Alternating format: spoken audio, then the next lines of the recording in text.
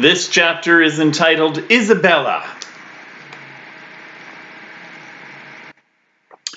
Mrs. Frisby spelled it out slowly. The plan of the rats of NIMH. What or where was NIMH? The name had a strange and faraway sound. Had these rats, then, come here from someplace else? Did that explain why they had books and electric lights and wires and electric motor? Yet they had been here, or at least there had been rats here for as long as she could remember. Still, that was not so very long. She wondered what other things they had. Suddenly, she had an almost overwhelming desire to look around, to see what was behind the doors and down the other corridors.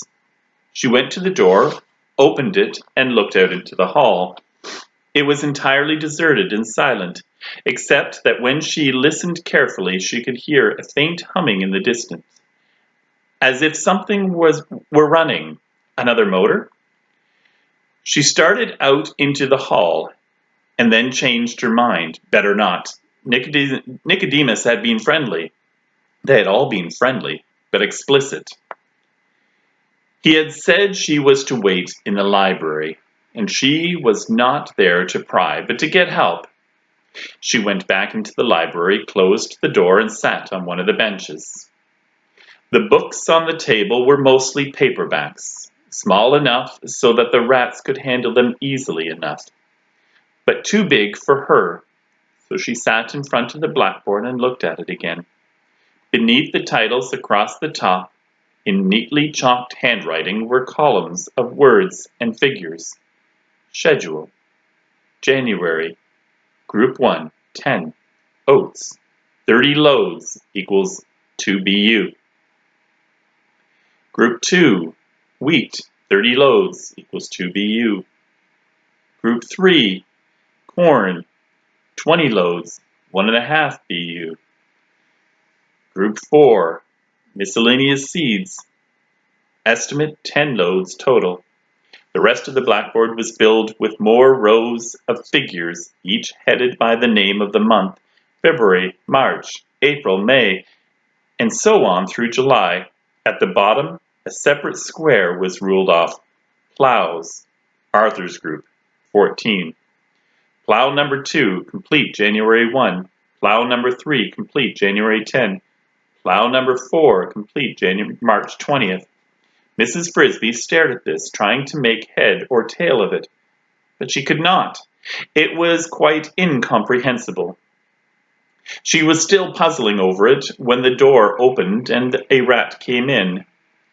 It was a girl rat, small and quite young, judging by her looks.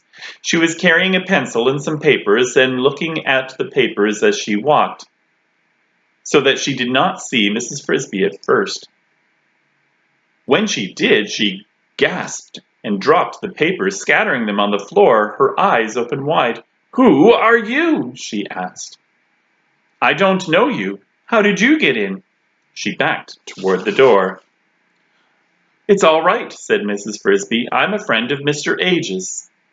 The rat was very young indeed, only a child. "But why are you in here? Who let you in?" "Nicodemus. He told me to wait here." The girl rat looked doubtful. "You might be a spy." "A spy? How could I be? A spy from where?" "I don't know. From outside. Maybe from NIMH." "I don't even know what NIMH is." "That's what you say." "But I don't. Why is it?" asked Mrs. Frisby, feeling slightly annoyed. "Or what is it? Sorry." "It's a place," the girl rat, her alarm apparently subsiding, began picking up the scattered papers. "I'm supposed to be practicing my reading." "What kind of place?" "It's where we came from. I don't know too much about it. I've never been there."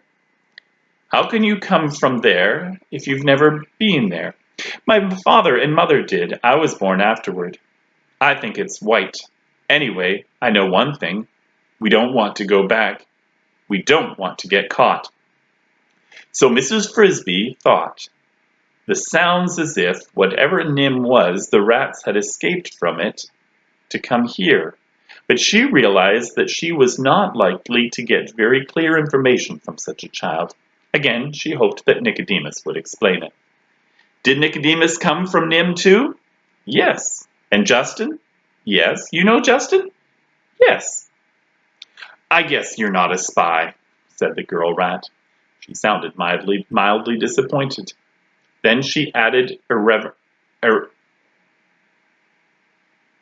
irrelevantly, Justin's not married. She climbed on one of the benches and opened a book. He's the best one of all. He's not even afraid of dragon.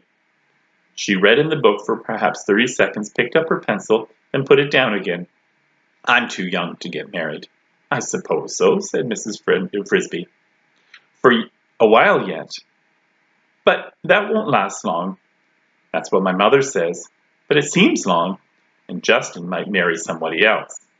Maybe not, said Mrs. Frisby, who could see beyond the tip of her nose. He's pretty young himself yet. What's your name? Isabella.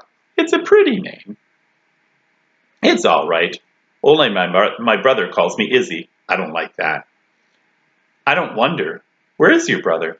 At a meeting. He's older. All the men are at the meeting, but my mother didn't go. The mothers don't always go.